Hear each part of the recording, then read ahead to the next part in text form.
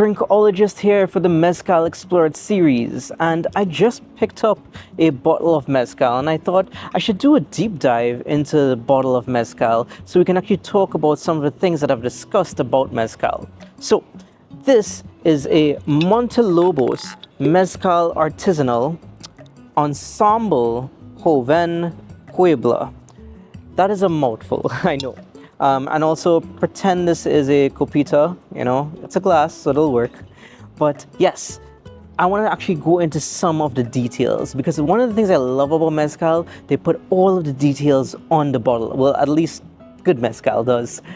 So Montelobos, that is the brand name, actually a brand I'm familiar with. They make amazing Mezcal. It is Mezcal Artisanal, so it is a little bit more of that craft in Mezcal itself. It is from the origin of Puebla, so that is the village in Mexico that the Mezcal is produced. And Joven, meaning that it is that young variety, it's straight from the still into the bottle. And then ensemble. And an ensemble is an interesting concept I didn't touch on yet. And it means that it uses multiple agave varieties in the bottle instead of just one, like how we would see like an Espadín, for example. It is 45.3%. And this, I actually like that. I don't like my Mezcal just at 40%. I like it to have a little bit touch on. I just want to have a quick smell of it. The agave comes straight foremost forward there. A little bit of smoke you can smell.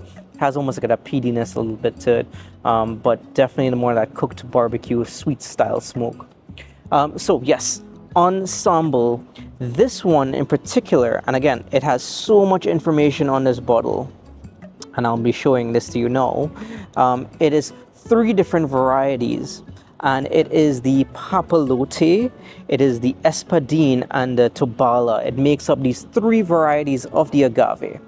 And what that means is that in the Papalote, I think it's called Cupereta or something similar, sorry for my pronunciation, that is going to bring the earthiness and some spice, whereas the Espadín is going to bring that cooked agave sweetness as well as that subtle smokiness. And then the Tobalá, the prize of the Mezcals itself, is going to bring in that citrus notes, that herbaceousness, and some more minerality. So it's almost, I like this ensemble because it gives me all the different types of notes I want to get in Mezcal into one. So I'm just gonna take a quick taste.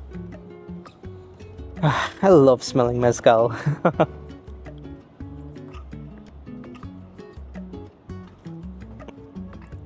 Immediately, that smoke is front and center on the palate. And then it goes in. Yeah. Now, I'm getting a lot more of that earthiness. And again, I'm assuming that's from the other Mezcals I've tried. It's going to be from that Papalote agave. It has that really almost a mushroom type earthiness, if I can say. And now I go into the sweetness. This is taking me on a flavor journey. It is getting into that sweetness. And now on the back end, I'm getting a lot of that citrus. So it feels like bright orange peels and lime. Yeah, and that smoke, it follows me through. I thought it would dissipate. No, I'm feeling like, some fire breathing. And again, some of that higher percentage of alcohol, I'm definitely feeling it. Wonderful bottle. I love this. Oh my gosh. I can't tell you how much I've had the Montelobos Espadín, but it's an ensemble. Oh my gosh, it's like miles better to me. I don't know if it's because I'm getting so much more in that complexity. Amazing, amazing stuff.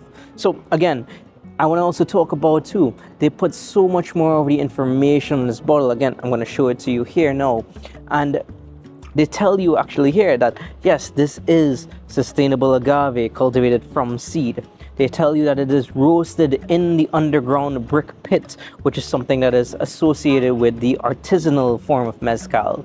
It is milled with mechanical shredders for some of the agave and then crushed with the tahona for another form of the agave. It is wild fermented in open wood vats and then distilled in copper stills. So all of this information, we kind of know what to expect. And I think that's what I love about Mezcal more than anything. It has its traditions and it sticks to its traditions, and it really embodies all of that. This is honestly a perfect example of what I want to show people Mezcal can be, and how it can actually be so many different things actually, because again, similar to like how tequila is, where it has that streamlined note, Mezcal can vary. There's some mezcals that are not going to be smoky at all, that are going to be maybe just full on fruits and citrus flavor, but this, as I said, this ensemble, it has all of these different types of notes, so it can give you a really good idea of what Mezcal can be. Fantastic. Anyway, this is Mezcal Explored, and you're going to see a lot more about Mezcal from me on Drinkologistt, so follow for more. Salud.